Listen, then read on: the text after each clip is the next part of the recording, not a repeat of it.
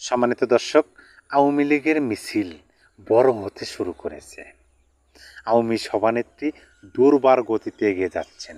দেখেন, আওয়ামী লীগের সভানেত্রীর মন ভাঙার জন্য এই বাংলাদেশে 5ই আগস্টের পরে কি না হয়েছে, আপনি বলেন কি না হয়েছে? সব কিছু হয়েছে।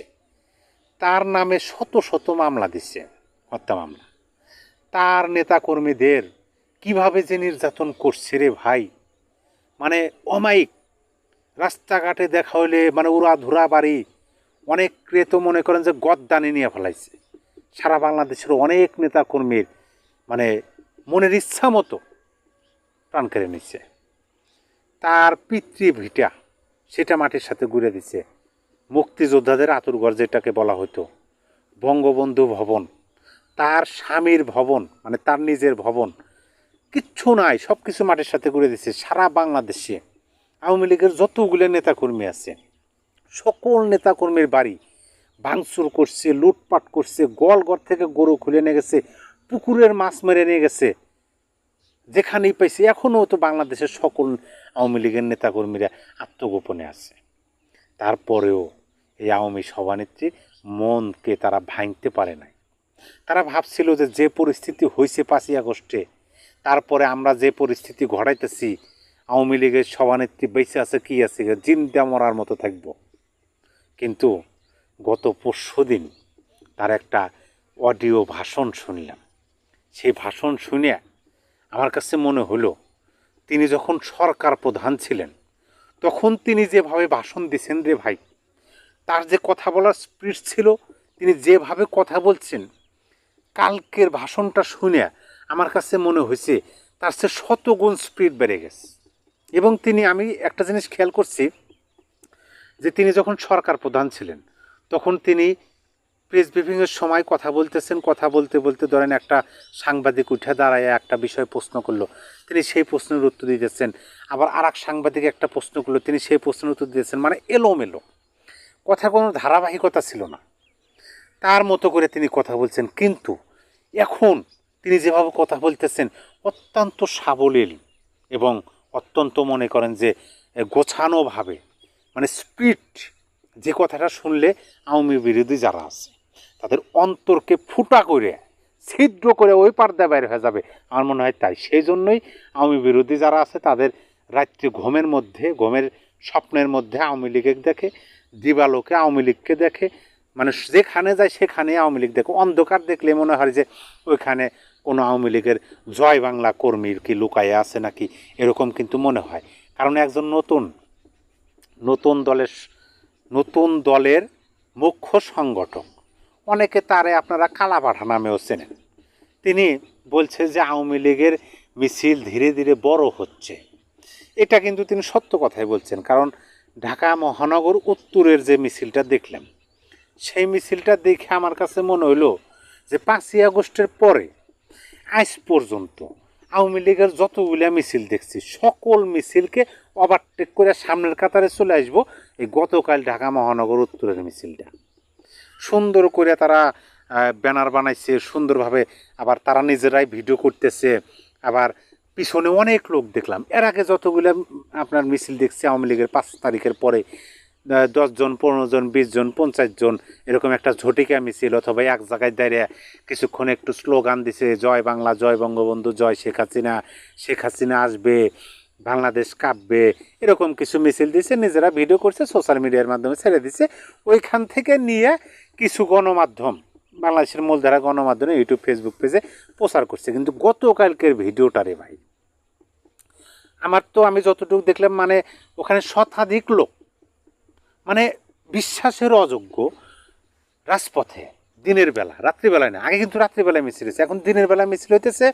শত শত লোক, প্রায় মানে বললে আমি তো শতাধিক লোক, ওখানে তো গুনে বের করা যাবে না। আমি ফটোটা আপনাদেরকে দেখাইতেছি, দেখেন মিছিল করতেছে, গাড়ি চলতেছে, মানে দিবালোকে তাদের মনের মধ্যে তারা যেভাবে স্লোগান দিতেছে, স্লোগানের ধরন এবং তাদের কথা বলার যে স্পিড, এবং তারা যেভাবে মিছিল করতো, এদিকে একটু তাকাইতো, ওইদিকে একটু তাকাইতো, মানে ভয় থাকতো যে কোন দিক থেকে আবার ধাওয়া দেয়, দৌড় দিব। কিন্তু এই মিছিলে ওরকম দেখলাম না, মানে স্ট্রেট ফরওয়ার্ড, যেদিকে যাইতেছে সেই দিকে সেটাইকে আছে, মানে যাই সামনে পড়ুক ছিঁড়ে ফাটে বের হয়ে যাবো, এরকমভাবে জয় বাংলা জয় বঙ্গবন্ধু স্লোগান দিতেছে আর যাইতেছে। এই বিষয়গুলো দেখে আমার কাছে মনে হয়েছে যে হ্যাঁ, 5ই আগস্টের পরে এটা হচ্ছে সেরা মিছিল, শুরুটা বোধহয় এইভাবেই হইল। যার কারণেই মানে মিস্টার অমক সাহেব তিনি বললেন যে আওয়ামী লীগের মিছিল ধীরে ধীরে বড় হইতেছে, বড় হবে। এই আওয়ামী লীগকে, আওয়ামী লীগের নেতাকর্মী এবং আওয়ামী লীগের সমর্থকের মন ছোট করে দেওয়ার জন্য, তাদেরকে কোণঠাসা করে ঘরের কোনায় বন্দি করে রাখার জন্য বিভিন্নভাবে কিন্তু ম্যাটিকুলাস প্ল্যান হয়েছে। যেমন ধরেন আওয়ামী লীগের বড় বড় নেতা যারা অ্যারেস্ট হয়েছে তাদেরকে যখন হাজিরার জন্য মানে আদালতে হাজিরার জন্য নিয়ে আসা হয়েছে, তাদেরকে এমনভাবে নিয়ে আসা হয়েছে যে মনে হইতেছে মিডিয়া কভারেজ নিতেছে, তাই না? যে মিডিয়া কভারেজ নিতেছে, এই পিজাব ভ্যান থেকে নামতেছে, সামনে মিডিয়া আছে, ধীরে ধীরে ধীরে ধীরে এই একদিন দেখা গেছে সামনে হ্যান্ডকাপ দিছে, একদিন 2 হাত পিছনে না পিছনে হ্যান্ডকাপ দিছে, হ্যান্ডকাপ দিয়ে তারা নিয়ে যাইতেছে এবং সারা বাংলাদেশে ঢালাওভাবে প্রচার হইতেছে। এভাবে কিন্তু তারা প্রচার করছে কী জন্যে? যে এইগুলো দেখে যে দেখো তারা কত বড় বড় নেতা, কিন্তু তারা এখন তাদের জীবনযাপন কি কষ্ট, তারা সিঁড়ি বয়ে উঠতেছে, এই যে হাজতখানায় যেতেছে, আদালতে হাজিরা দিতেছে, হাতে হ্যান্ডকাপ। এই বিষয়গুলো দেখে যেন আওয়ামী লীগের সমর্থক এবং নেতাকর্মীরা মনে করে না, কাজ হবে না, আওয়ামী লীগ আর জিন্দেগিতে ফিরে আসতে পারবো না। কিন্তু বর্তমানে যে বিষয়গুলো দেখা যাইতেছে, ওই দিক থেকে আওয়ামী সভানেত্রী যেভাবে গর্জন দিয়ে উঠতেছে যে এখন আর গাল পাইতা দেওয়া নয়, এখন আর মার খাওয়ার জন্য নয়, এখন মার দেওয়ার সময়, এ কথা কিন্তু বলতেছেন। যে এখন কেউ যদি থাপ্পড় দিতে আসে তাদেরকে কষায়া থাপ্পড় দিতে হবে, এখন প্রত্যুত্তর দিতে হবে।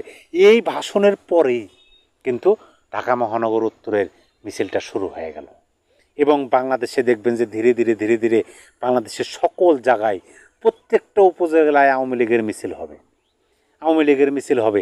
এই যে ভুঁইফোর নেতা যে সমস্ত পারে হয়েছিল, যে সমস্ত নেতারা মনে করেন যে সরকারের নিয়োগকর্তা, তারা বড় বড় কথা বলতো, আওয়ামী লীগকে শেষ করে দেবে, আওয়ামী লীগকে বাংলাদেশের মাটি থেকে নিশ্চিহ্ন করে দিবে, তাদের রাজনীতি করার কোনো অধিকার নেই, তারা এইটা করছে সেইটা করছে, হ্যান করছে ত্যান করছে, তাদেরকে আমরা হ্যান কারেঙ্গা ত্যান কারেঙ্গা, কিন্তু কারেঙ্গা তো কচু। এই যে এনসিপি পহেলা বৈশাখ আমাদের বাংলা নববর্ষ উপলক্ষে এনসিপি একটা সমাবেশ করছে, সেই সমাবেশে বিশ্বাস করবেন না, আমি মনে করতেছি আপনি ওই ভিডিওটা দেখছেন। তাদের সমাবেশে তো বিশাল লোক, প্রচুর লোক, বাংলাদেশের কেউ ঘরে ছিল না। তাদের সমাবেশের ডাক শুনে সবাই যার যার মতো মানে তাদের স্টেজের সামনে দাঁড়িয়ে গেছে, এরকম কথা কিন্তু তারা বলে। অথচ আমরা কি দেখলাম যে সামনে ক্যামেরা যারা ধরে আছে, ধরেন 15-20 জন ক্যামেরা ধরে আছে, তারা ক্যামেরাম্যান, তারপরে একজন লোকও নাই, তারা স্টেজের সামনে সারিবদ্ধভাবে দাঁড়িয়ে আছে।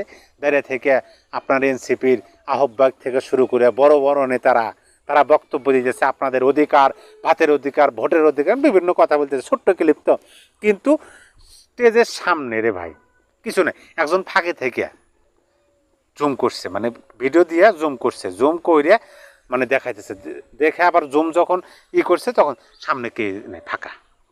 এই যে ফাঁকা হওয়া শুরু করছে, দেখেন প্রকৃতি কিভাবে খেলতেছে এই রাজনীতিতে, যে যাদের যৌবন ছিল বা 5ই আগস্টের পরে যারা যৌবনের টইটুম পড়ছিল, টোকা দিলে রস বের হয়, যাদের একটা ডাকে এই রাজুদের চলে আয়, হাজার হাজার ছাত্রবিন্দু চলে আসতো, এইটা করব সেইটা করব, এই মন্ত্রণালয়ে যায় ওই মন্ত্রণালয়ে যায়, আদালতে যায়, সুপ্রিম কোর্টে যায়, যাকে খুশি তাকে জজে হুমকি দেয়, তারপর আপনার আইনজীবীকে হুমকি দেয়, হুমকি দামকি শেষ নাই।